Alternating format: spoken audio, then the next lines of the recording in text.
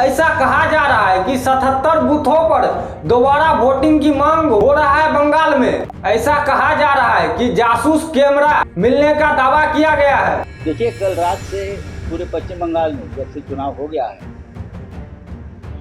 तो जागते रहो का नारा दिया है ममता जी। यही नारा उस वक्त अखिलेश यादव जी ने भी दिया था।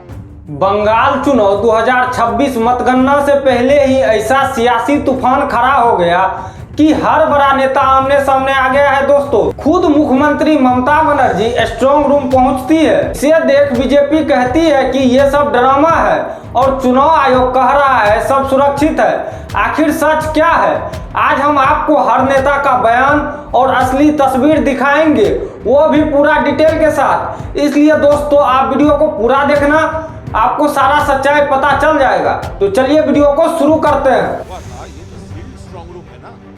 अचानक हम लोग देखा सील्ड स्ट्रांग रूम वो खोल के कुछ लोग अंदर मूवमेंट हो रहा है। क्या मूवमेंट हो रहा है, कैसे मूवमेंट हो रहा है, क्यों होगा? पहले देख लेते हैं ममता बनर्जी का आरोप और धरना। सबसे पहले बात करते हैं मुख्यमंत्री ममता बनर्जी की। मतगणना से पहले वो भवानीपुर के ईवीएम स्ट्रांग रूम पहुंची और करीब 3 घंटे तक वहीं धरने पर बैठी रही। उनका साफ बयान था कि अगर ईवीएम के साथ कोई छेड़छाड़ हुई तो टीएमसी चुप नहीं बैठेगी। उन्होंने ये भी कहा हमें कई जगहों से ईवीएम में गड़बड़ी की शिकायत मिली है और एक बड़ा आरोप यह है कि केंद्रीय सुरक्षा बल हमें अंदर जाने से रोक रहे थे। यानी ममता बनर्जी ने सीधे सीधे चुनाव प्रक्रिया पर सवाल उठा दिए हैं दोस्तों। इधर में स्ट्रांग रूम है तो आप लोगों को जानकारी है कि नेताजी इंडोर में सीसीटीवी पे हम पाए गए और बहुत सारे जगह में कि उधर में मैनिपुलेशन हो रहा है और बाहर का आदमी आके वो खुल रहा है, देख रहा है। अब आइए जानते हैं टीएमसी नेताओं के बयान।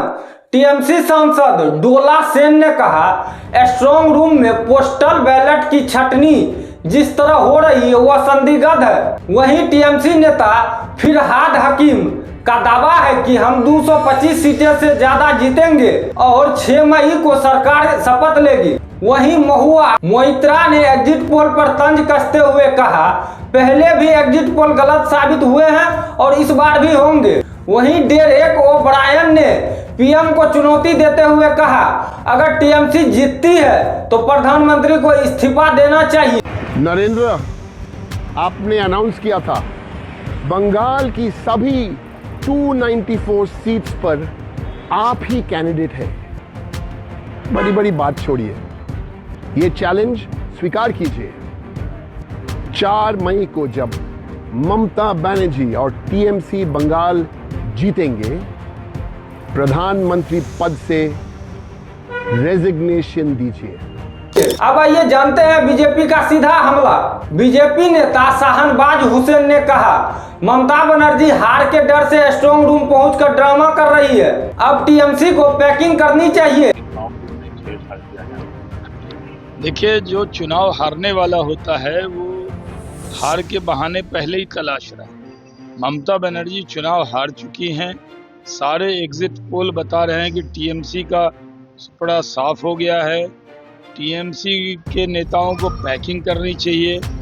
शुभेंदु अधिकारी का बयान है कि किसी भी तरह की गड़बड़ी नहीं होने देंगे। वहीं तापस राव ने आरोप लगाया टीएमसी झूठे आरोप लगाकर माहौल खराब कर रही है और अपनी हार से डर रही है। वहीं सुकांत मजूमदार का दावा है बीजेपी 170 से ज्यादा सीटें जीतकर सरकार बनाएगी। वहीं कैलाश विजयवर्गीय ने कहा 4 मई को बंगाल में टीएमसी की विदाई तय है। वहीं गजेंद्र सिंह शेखावत बोले बंगाल की जनता ने बदलाव का मन बना लिया है। वहीं पुष्कर सिंह धामी ने कहा बंगाल में डबल इंजन सरकार बनेगी। अब आइए विपक्ष के अन्य नेताओं के बयान भी देख लेते हैं। अखिलेश यादव ने कहा एग्जिट पोल पर भरोसा मत करो, बंगाल की जनता ने ममता को वोट दिया है। अधीर रंजन चौधरी बोले विपक्ष के वोट बट गए हैं, इसका असर नतीजों पर पड़ेगा। वहीं गुलाम अहमद मीर ने कहा एग्जिट पोल असली नतीजे पर नहीं बदलेंगे। वहीं मनोज झा बोले एग्जिट पोल सिर्फ सट्टा है, असली नतीजे 4 मई को आएंगे।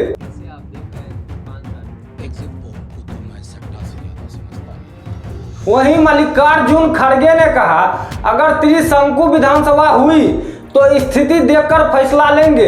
अब आइए जानते हैं कि चुनाव आयोग का जवाब क्या है इस पर। मुख्य चुनाव अधिकारी मनोज कुमार अग्रवाल ने कहा, स्ट्रांग रूम पूरी तरह सुरक्षित है, ईवीएम के साथ कोई छेड़छाड़ नहीं हुई है। उन्होंने बताया कि जो गतिविधि दिख रही थी वो पोस्टल बैलेट की समान प्रक्रिया थी। दोस्तों अब आइए इससे जुड़े विवाद और बड़े मुद्दे को भी देख लेते हैं। ऐसा कहा जा रहा है कि 77 बूथों पर दोबारा वोटिंग की मांग हो रहा है बंगाल में।